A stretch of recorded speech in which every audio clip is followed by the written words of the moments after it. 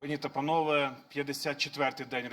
Ladies and gentlemen, it's the 54th day of the Russian invasion and the 9th year of the war of Russian Federation against Ukraine. My name is Andriy Shevchenko, and on behalf of Ukraine Mediacentru, I welcome all the reporters covering our fight for freedom. Today, in the morning, Lviv was attacked by the Russian occupiers with a missile strike.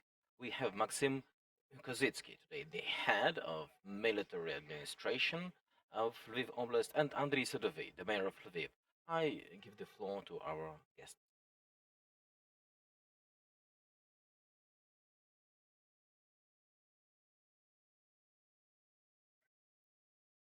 So which information is available at the moment?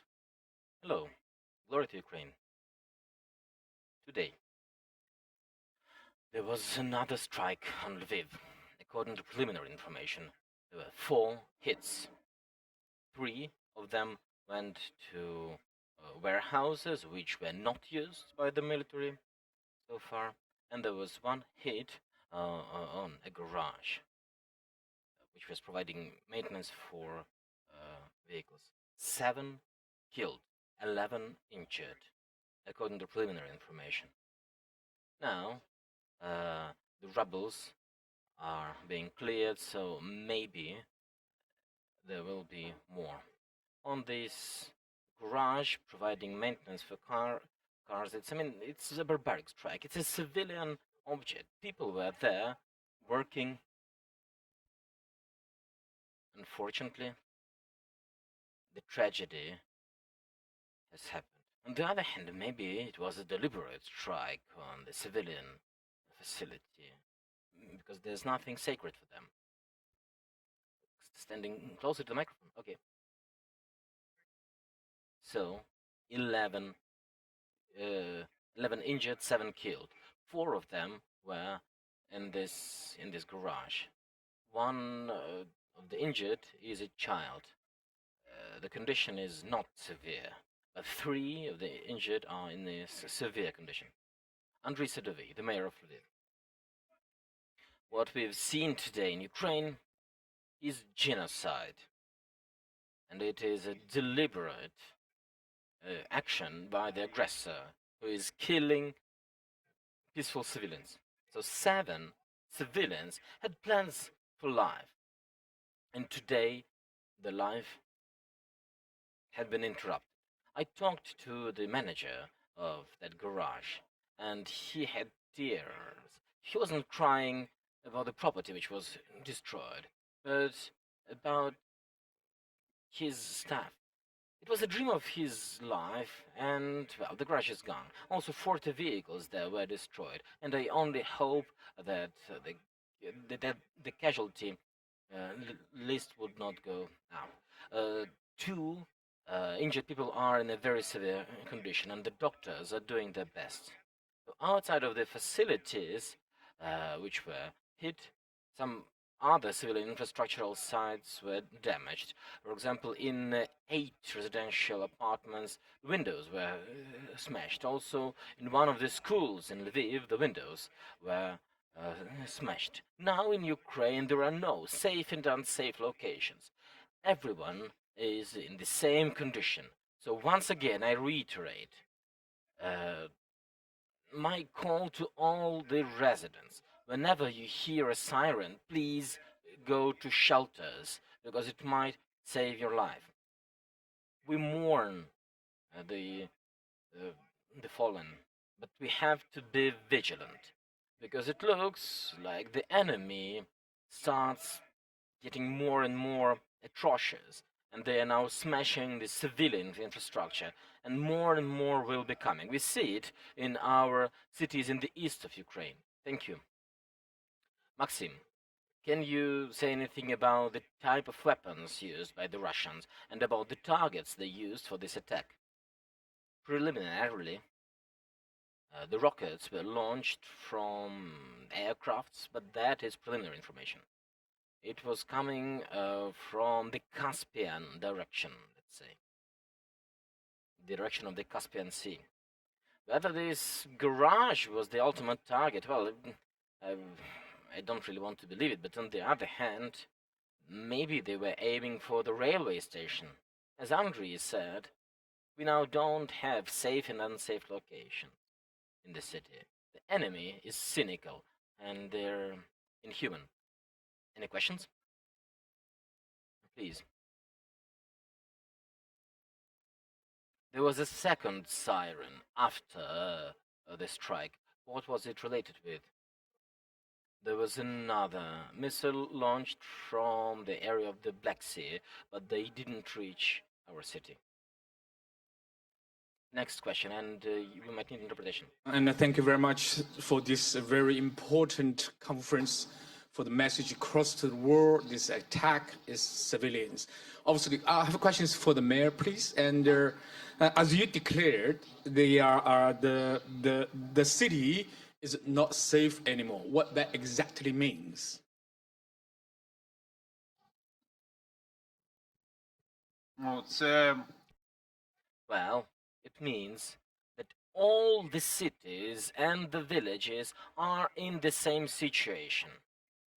The aggressor is committing the acts of genocide. They target peaceful civilians. They kill the civilians. Number of casualties among the civilians, well, it goes up thousands and thousands. Today, if you all representatives of the media could see what is going on in Mariupol, you would be shocked because thousands of civilians, innocent civilians, were just killed. And they cannot even be buried according to religious rites, to Christian rites. What we've seen in Bucha and Gostomel, it's just horrible, but we have to defend and we have to be ready to start the offensive and to kick the enemy from our land. We don't have another choice. We are free people and the enemy wants to turn us into slaves, but we will always be free and we will fight till the last drop of blood because we are Ukrainians. I would like to add for international reporters that today rocket strikes or air strikes also hit Kiev and other Ukrainian cities and villages. Any more questions?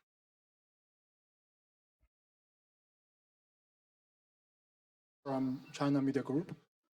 We know that this attack is against so many people here, and we're sorry for that. But I have another concern. The Russian government has threatened to attack the weapons sent by NATO, which will transfer from transit in Lviv region. And my question to the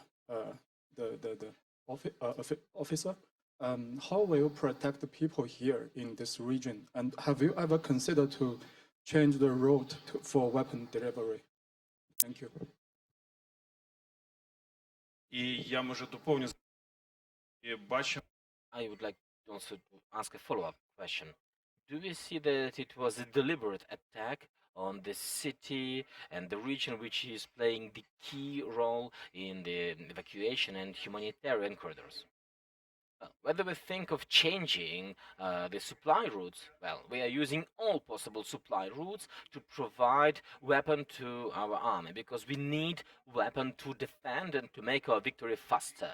In terms of striking civilian and peaceful facilities, I could say that this is just an act of vandalism.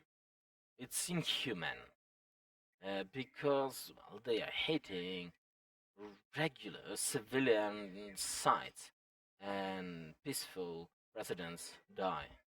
In terms of supply routes, well, we have those supply routes which we have. And we do our best. Of course, we would like to have better supply routes through Belarus, for example, but at the moment it's impossible. Even before the Russian aggression started, there was a decision to take all military facilities from within the limits of the city of Lviv. So when you analyze the situation, you see that the missiles are killing the civilians now. The world now knows that Lviv is the biggest hub for those Ukrainians who are now fleeing from shelling. Over 200,000 Ukrainians are finding temporary protection here in Lviv. Over 100 embassies moved to Lviv, and the enemy knows it very well when they attack. Their objective is to intimidate. So a huge request to all of you, to the representatives of international media, please tell the truth that they target civilians, innocent civilians. Of course, we are doing everything possible, but I'm sorry, who could foresee that they would attack a civilian garage? How could you even foresee that? Thank you.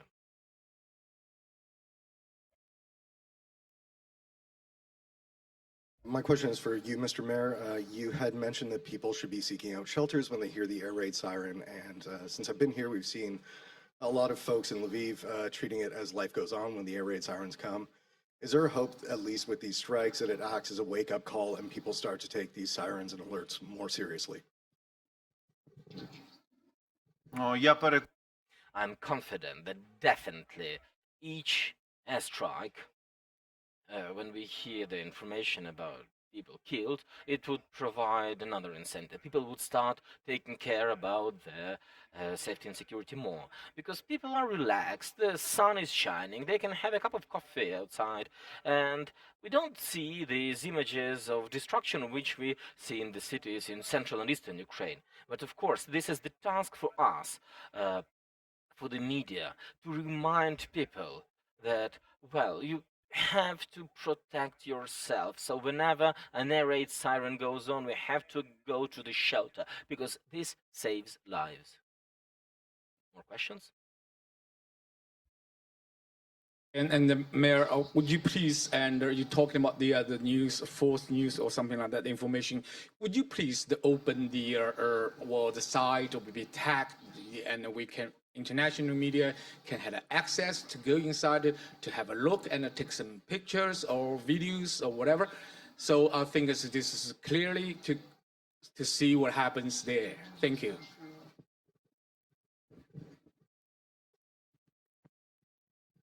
Ми подумаємо. Дякую за. Thank you for the question. We will think about this opportunity, but we have to approve this with the law enforcement agencies. And I would like to add that now we also have criminal liability for disseminating the information which can endanger our safety. So please follow Ukrainian legislation and use common sense. I have a last question. It's obvious that one of the objectives of these strikes is to intimidate people, to sow panic, to break the people's will. So what would you say to the residents of Lviv, to all Ukrainians?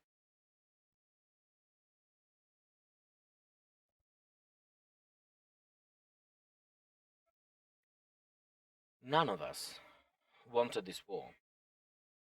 The enemy attacked, and they have a clear objective: to destroy us as a nation and to destroy Ukraine as a sovereign and free state. We have but only one option: to fight, to resist. We don't have another option. So the enemy must understand that our army is not 300, 400, 500,000. The army of Ukraine is 40 million citizens of Ukraine. And our army, day to day, is bigger and bigger, because the free world starts understanding that this is a clash of two systems, of totalitarianism and democracy. So today, we are defending the Poles, the Germans, the French, the Lithuanians. We are defending everyone here in Ukraine, because the same missile could also be flying towards a different country. So we are now taking this hit. So we are addressing the whole world. Please understand, if we don't stop the enemy, if we don't kick the enemy from our land, they will move further. So we have to be strong all together at the fist. And with this fist, we have to punch the enemy so that they would forget about any attempt of aggression for the next 50 years. This is our objective. I concur. Our strength is in our unity and in our faith. Faith in God, in our state and the Ukrainian army. We shall win. Maksym Kozytskyy, the head of Lviv Oblast military administration, and Andriy Sadovyi, the mayor of Lviv. Thank you.